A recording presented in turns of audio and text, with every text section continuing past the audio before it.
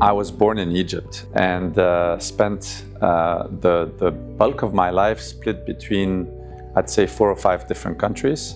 Lived in Egypt for an initial chunk of my life, lived in France for a good chunk, lived in Canada for a big chunk, the US, both East and West Coast, New York and the San Francisco Bay Area. Then a bit in Europe, between London and a bunch of other Western European capitals. And then a decent amount of time actually in the Middle East, based out of Dubai, but serving lots of clients. I'm an electrical engineer by both education as well as actually first a couple of jobs. Used to work at Bell Labs in the US, designing wireless algorithms and communication systems. And then eventually joined McKinsey & Company in management consulting, what was planned to be a 2-year kind of mini MBA kind of a stint, ended up being almost 20 years, and did a lot of projects in the whole spectrum, from organization to strategy to commercial, so sales and marketing, to operations, and then served a lot of sovereign wealth funds and private equity firms on a lot of operational improvement, as well as also acquisitions, mergers and acquisitions. 4.5 years ago, I changed. I decided to actually put my money where my mouth was, I suppose, and to actually take the lead of a company called Orascom Development Holding, which was having severe challenges at the time. This is in September 2020 when I started, so we were in the middle of COVID. And that company, which is a very historied and exciting company that did really good stuff, but was really struggling from an organizational perspective, from a financial perspective, from a commercial perspective.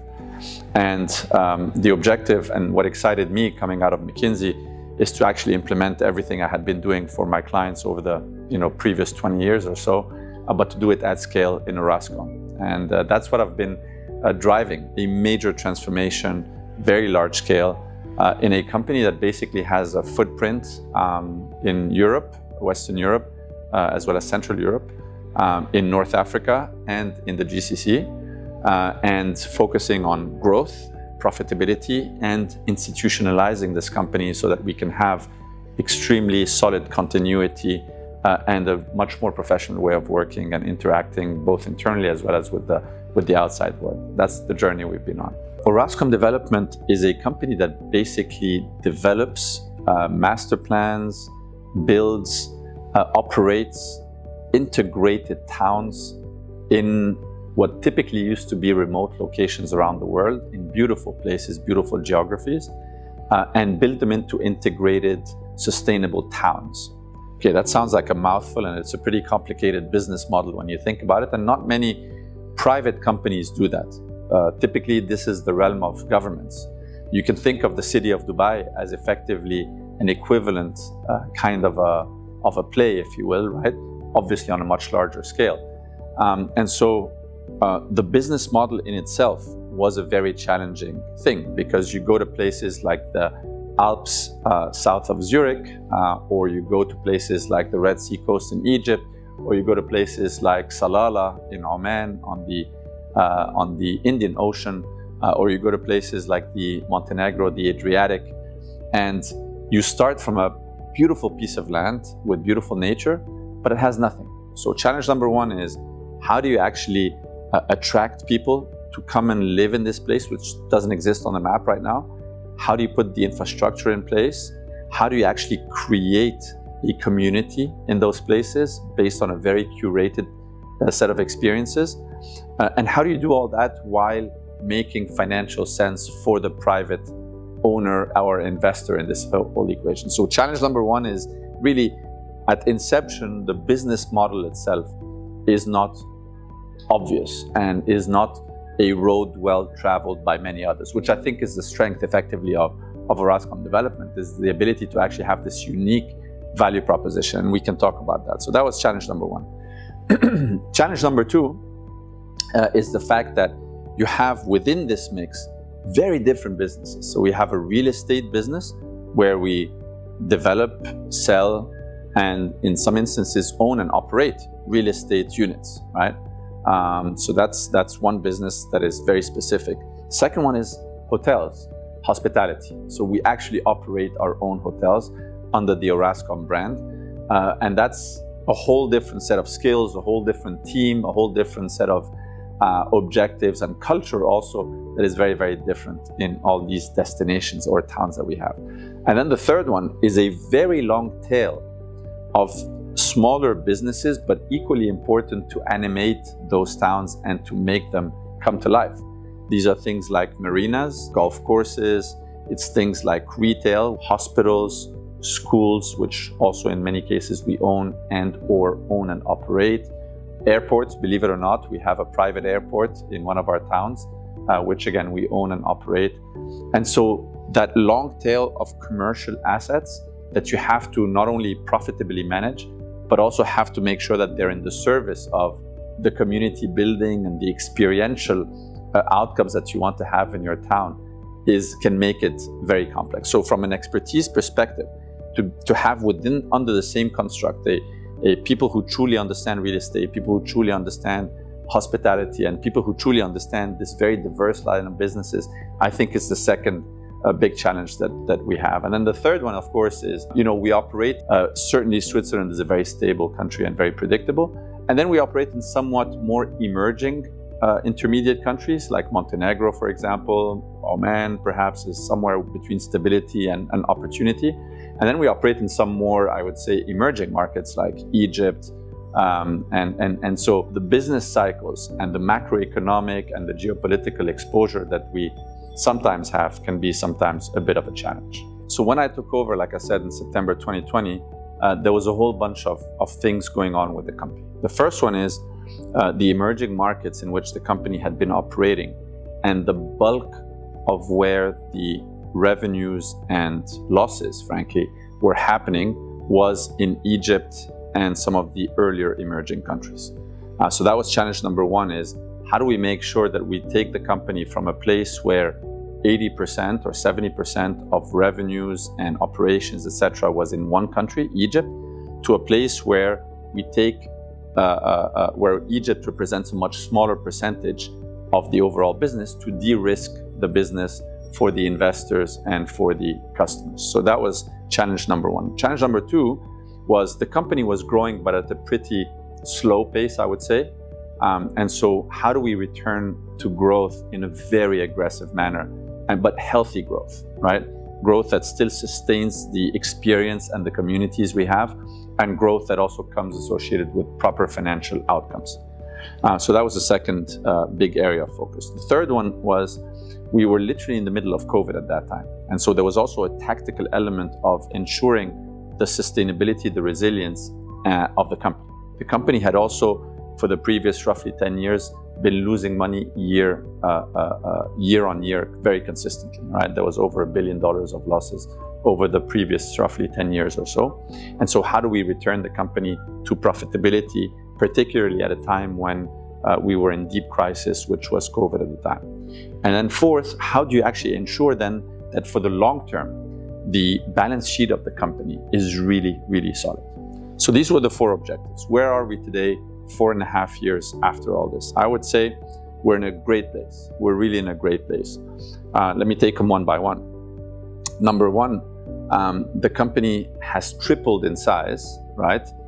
In hard currency terms, because of course you operate in a lot of these emerging markets. There's always devaluations and things like this. Egypt is a very obvious example. But today the company has actually tripled in size in Swiss franc terms or US dollar terms. So that's something that we're very proud of.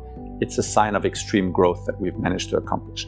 The Egypt operation, which is a very large one, has almost 10x in size. So it's 10 times larger than what it was 4.5 years ago. So number one was growth, and healthy growth. Second, we turned the company to profitability every year of operation for the last 4 years, which is in stark contrast with the previous 10 or 12 years of consistent losses. So, and those profits have been growing year on year in a pretty consistent manner. So this is something that we're very proud of, is we're not just going for growth and buying growth, but we're actually growing while at the same time turning the company into consistent profitability despite tremendous headwinds that we had between COVID, the Ukraine invasion, the macroeconomic devaluations and challenges, the increased interest rate in the global world, etc., etc. So number two was a return to profitability after more than a decade in a very consistent manner. The third thing was we've now managed to diversify our business and hyper grow the external destinations, the more stable ones. So Switzerland has been growing at a very fast pace. Montenegro has been an amazing engine for us. Oman is now looking incredibly exciting for us, etc. And so we're now much more de-risked than we were 4 years ago, and much less dependent on one particular country versus another, etc. We still have a ways to go there, but we're actually doing pretty well there. And then the other thing that was really, really important is, historically this was a family-owned business. And so in terms of the way that it was organized internally, the local culture, etc., was very warm, lots of passion, and really amazing people inside the company. We're almost 10,000 colleagues. However, the level of systematic implementation, execution, the level of institutionalization of the company, etc., was lacking, frankly. And we put in place a very aggressive institutionalization and reorganization of the company. So we changed pretty much the entire top management of the company. We hired over 250 top leaders globally. We expanded the footprint of training and development that we're doing to our people, etc. We put together a whole performance management system, etc. All the ABCs of management, which is the stuff I had been doing for the last 20 years before joining. We put that in place in a much more aggressive manner, so that the outcome of all of this is for us to be genuinely a multinational institution that we can all be very proud of, and that can have sustainability in management, so that when I leave, which can happen anytime, or the next person leaves, etc., we really have a continuity in business, we have a strong culture, and we have people who are genuinely vested in what they're doing, but they're doing it in a very systematic manner. So that's what we've been doing for the last 4.5 years, and it's been an amazingly fun journey, frankly, and I'm super happy with where we are today. We come from an environment where we are incredibly entrepreneurial. So I'm going to mix innovation and entrepreneurship, because I think the word innovation can have a technical aspect. I come from a tech background, and I invest a lot in tech startups and things like this. That's a whole universe of innovation. But there's also an angle of innovation that has to do with entrepreneurship, so taking initiative that is different from everybody else and moving fast on it. And then there's actually innovation in the overarching business model that we do. So if I take the three of them, and I start perhaps with the last one and then work my way backward. The business model that we do as a company, as I was describing a bit earlier, I think is genuinely innovative. Like, I still struggle, and I always ask this question to many people that I interact with: who do you know that actually, as a private company, does what Orascom Development does, right? And I get very few answers, and I would love to actually get to meet many others that do that. And so I think we have innovation in that concept and operating model and business model that we have in the first place, of creating those towns out of nothing and curating them and making sure the experience is really amazing. So that's one. If you look actually at the entrepreneurship level that we have in this company, it's incredible. People really are extremely close to their customers, extremely close to the markets in which we operate. We have over 50 nationalities in the company, which we love and we're very proud of, because it tells us, and it makes me comfortable, that we're really close to understanding both the geographies in which we operate. I mean, think of a company that operates in Switzerland, in Montenegro, in Oman, in Egypt. I mean, these are very different cultures, one from the other. And so having people who truly understand the local customers, who understand our business partners, the business partners in our cases is usually the government, both the local governments and usually the federal or national governments. And so we're very close to our customers, we're very close to our stakeholders, given this diversity that we have. And so that enables us, back to the question of innovation or entrepreneurship, to make very rapid decisions typically, to see trends, I think, and to feel trends, I would say, and I'm using the word feel especially important, to feel trends a little bit ahead of many others. And then we try to be systematic. This is back to my systematic and institutional thing, where we feel those trends, we see those trends, we smell them. We now need to actually do our homework and build the business cases properly to execute on them. So we do have that aspect, I would say, of innovation. It could come in the form of the products that we sell. It could come in the form of the technology that we apply to interact with our clients. We do a lot of that. It could come in the form of the experiences that we produce by crossing our hotel guests with our residents, by thinking through what new offerings we can bring from one to the other, etc. So there's a lot of interesting stuff that we do in that space. And then, of course, there's the kind of the more traditional definition, perhaps, of innovation, which is technical innovation. And so yeah, we're doing a whole bunch of that. We're trying to use, much more analytics in our decision making. We're trying to be much more responsive to the types of interfaces that our customers want. So from different apps for the different offerings, etc. But I wouldn't necessarily say that that's what we really focus on. We focus on the integrated experience as a whole, and the way that we curate and offer those experiences to our residents, our visitors, and our colleagues, our employees. And I think that's where we have that special sauce in the innovation/entrepreneurial front. So Orascom Development has a land bank of 100 million square meters as a whole. Now, just to put it in perspective, that's the size of the city of Paris, okay? Now, we've developed so far half of Paris, okay? So we have the other half of Paris to develop, and I wish I had it, to do it in the real Paris, which I think is one of the most beautiful cities in the world. So we have such a rich land bank, so many opportunities to launch new neighborhoods, new experiences for our customers, be they, again, on the hospitality side, on the real estate side, on the experiences side, that we do this on an ongoing basis. So to answer your question a bit more directly, in the 7 countries where we are, we have 11 destinations, right? A destination is one of those integrated towns like El Gouna in Egypt, or Salalah in Oman, or Lushtica in Montenegro, or Andermatt in Switzerland. In each one of these 11 destinations, roughly per year, we will have 1 to 3 launches. It really depends on the destination and the size. We usually have 1 to 3 launches of completely new projects, right?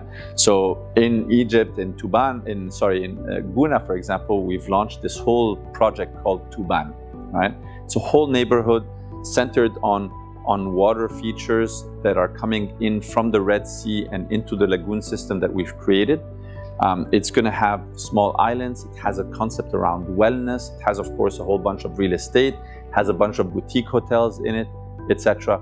So that's one of the launches that we've just done recently, and that already is getting a lot of commercial success, and that we'll do. In other places, we have launches on the sea itself. So we're launching these very high-end apartments as well as villas on the water, on the Red Sea, and that's also quite an exciting thing. In Andermatt in Switzerland, we're launching very, very exclusive villas, right? Very large plots, very exclusive villas that are at the base of the mountain, priced $30 million and above. And that is really like some of the really exciting project that we bring in a very curated manner for a very sort of elite, particularly in this case, perhaps customer group. And we do that.